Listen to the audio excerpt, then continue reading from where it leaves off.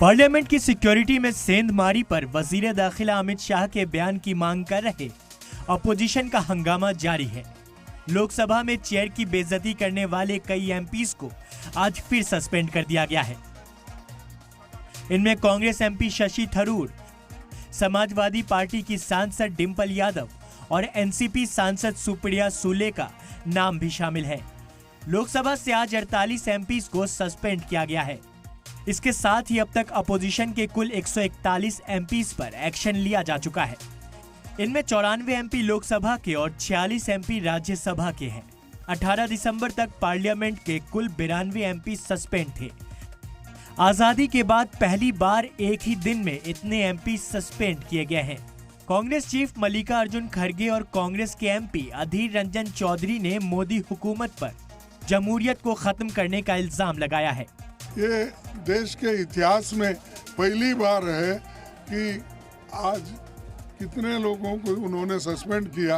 ये डेमोक्रेसी के लिए अच्छा नहीं है, ये डराने की बात हो गई है और ऐसा डराने के लिए लोगों को वो अपना डेमोक्रेसी खत्म करना चाहते हैं। सदन के अंदर सबके सामने, सबकी निगाहों के सामने हम ये बार बार गुहार लगाता रहे कि होम मिनिस्टर एक बार एक बयान दे। इसमें क्या प्लान है, क्या इसमें साजिश है, मुझे पता नहीं। और बीजेपी पार्टी ये तो आदी है वो लोग कि जब अपने को कोई जवाब देने की स्थिति में नहीं रहते तो दूसरे पर आरोप लगा देते, इसमें माहिर है वो। तो वहीं समाजवादी पार्टी की एमपी डिंपल यादव और एसपी चीफ अखिलेश यादव इस कदम को जमहूरियत के लिए बेहद खतरनाक बता रहे हैं। ये बहुत ही दुर्भाग्यपूर्ण है डेमोक्रेसी सेटअप के लिए। जो वातावरण अब हम देख रहे हैं, जहां हम अपनी बात नहीं रख पा रहे हैं संसद में, तो मैं समझती हूँ कि यह total failure of the government है। अगर गवर्नमेंट ने इतने सारे एमपीज को सस्पेंड किया है, it is ultimately the failure of the government. Bharatiya Janata party किस मुंह से लोकसभा को मंदिर कहेगी? यहाँ जनता से चुनकर के लोग आते हैं अपनी बात कहने के लिए। सहमति असहमति हो सकती है, अपनी बात रख सकते हैं। यहाँ तमाम पुरानी बिल्डिंग में मनुस्मृति की चीजें रखी हैं कि यहाँ हमें अधिकार है कि हम अब सही बात करें। लोकसभा एमपी दानिश अली और फारूक अब्दुल्ला का कहना है कि हुकूमत अपने मुताबिक सवाल लेना चाहती है। अगर क्या हो जाता वजीर दाखिला इस मुद्दे पर 2 मिनट के लिए बयान दे देते। सभापति जी कहते हैं कि आपने संसद की मर्यादा भंग करी, इसलिए आपको सस्पेंड किया जा रहा है। ये कौन सी परिभाषा में सरकार से सवाल पूछना संसद की मर्यादा भंग होती है? संसद की मर्यादा जब संसद में गालियां दी जाती हैं तब संसद की मर्यादा भंग नहीं हुई। उस सांसद को आज तक न सस्पेंड किया गया, न कोई कार्रवाई की गई। पुलिस किसके हाथ में है? वो सारी होम मिनिस्ट्री के नीचे है।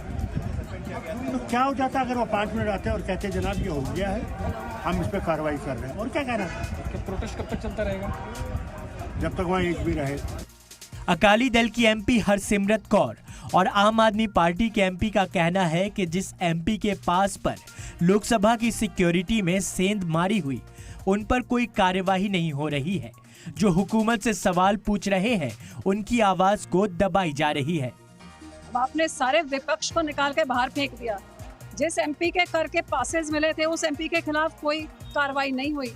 और ये एक क्या नया एक रूल सेट का एक नया मुकाम सेट किया जा रहा है कि इस नई पार्लियामेंट में सिर्फ नींद की गोली खा के आ जाओ सुबह, क्योंकि मुंह नहीं खोलना है, कान आँख कुछ नहीं खोलना, सवाल कुछ नहीं पूछना है। हाउस में सच की बात करने वाले, सवाल पूछने वाले आज जितने भी माननीय सदस्य हैं, उनको हाउस में सस्पेंड कर दिया गया। और मैं समझता हूँ कि जो लोग हाउस में गाली दे रहे हैं, जिनकी वजह से ये हाउस में वो कनस्टर कांड हुआ, उन लोगों को सस्पेंड करने की बजाय जो लोग सच की आवाज़ उठा रहे हैं, जनता की आवाज़ उठा रहे हैं, उनको आज स्पीकर साहब ने सस्पेंड किया है। मैं समझता हूँ कि देश की जो सरकार है प्रेशर के साथ अपनी बात मनवाना चाहती है। मैं समझता हूँ कि ऐसे लोग नहीं मानेंगे।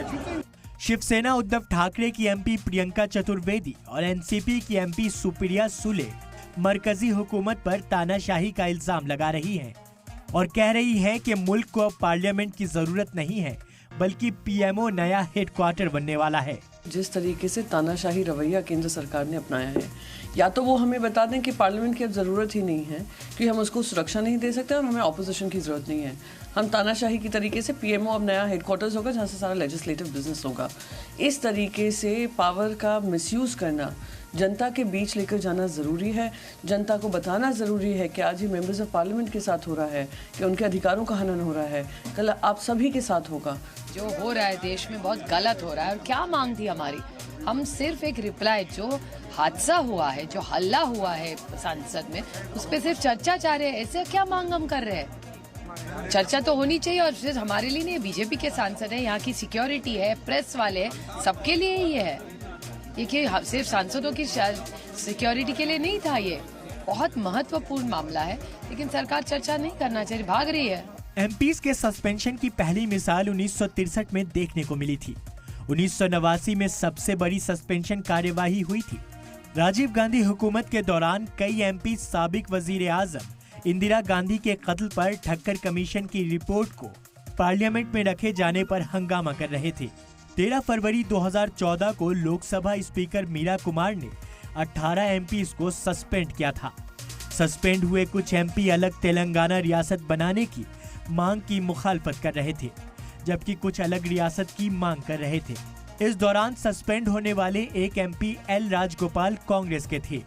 राजगोपाल पर ऐवान में पेपर स्प्रे इस्तेमाल करने का इल्जाम लगा था। इस्लाम टीवी के लिए नदीम अहमद की रिपोर्ट।